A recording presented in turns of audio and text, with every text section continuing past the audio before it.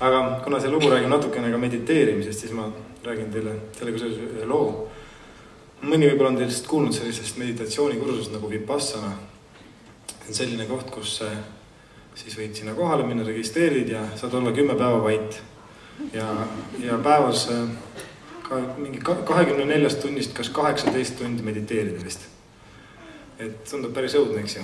10 päeva järjest. Ja mis seal siis juhtub, et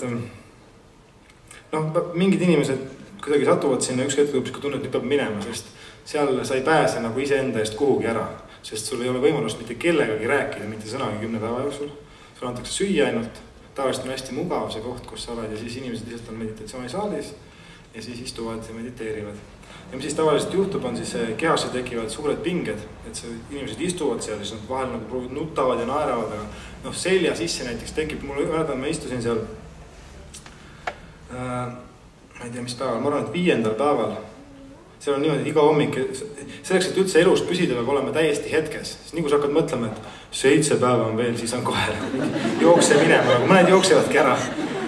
Aga ühesõnaga istusin mina seal siis meditatsioonisaalis 5. päeval ja oli see kõige hullem nagu hetk üldse, et kui seljas tekib siuke pinge, et tunned, et suredki ära nüüd kohe, sest nagu kirves oleks selga löödud.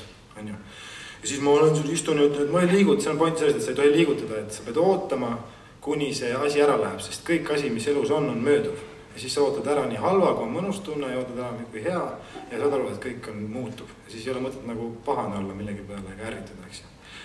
Aga istusin seal kirves seljas ja tundsin, et nii kõik on vekkis nagu, ja mis siis juhtus nagu.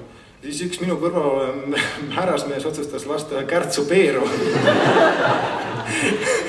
Ja siis kujutate sellest lihtsalt, ma istusin samamoodi edasi, aga sellest, et ma pidin naeru hakkama kinni hoidma, siis kogu see pinge, mis mu kehas oli, lahustus täiesti ära. Mingi 10 sekundiga oli täiesti läinud. Et siin on vist moraal on selles, et kui teil on elus kuskil nagu väga nagu halb olla midagi, siis üks kärts peeru kuskil tuleb ja kõik see on kadunud. Kas naermine ei olnud siis ka lubatud? Ei, no see ei tohtinud suhelda mitte mingil moel pilguliselt ega üldse. Silmad olid ka kinni. Silmad kõndisid, kui sa vaatad, see oli nagu, sa lepid nagu algus kokku lihtsalt, et mis sa seal teed. Kirjutad alla, et ma luban ise endale, et ma ei vaata silma, ma ei tee seda, ma ei tee toda. Aga sa seda mäletad, mis su esimene sõna oli peale seda vaikusel ajal? Oi oli vist jah. Ma mäletan, et peale siukest hetke siis kõik tegevused, tavalised tegevused muutuvad nagu puhtaks kullaks. Kõik mida, ainuke sa olid nagu lõbud olid, siis üks lõbu oli, et said WC-sse minna. Istud mediteeris, tunned, et oh jess, tuleb häda nagu. Siis läheb hästi aeglaselt, et WC-sse sul on mingi 5 minti on nagu puhkust nagu. Ja siis teine puhkus on siis nagu see söögipaus, siis 3. puhkus on see öö, mis kestab umbes vist 4 tundi või midagi sellist. Ja siis peale seda ükskõik, mis tundub näiteks raamatut loed, siis tundub kimeline, mängid gitarri, hakkad hästi väärtustama igast tavategevust, sest kui sa ei saa seda nagu tükk aega teha. Ja nüüd võib juba mängida küll seda lõbu.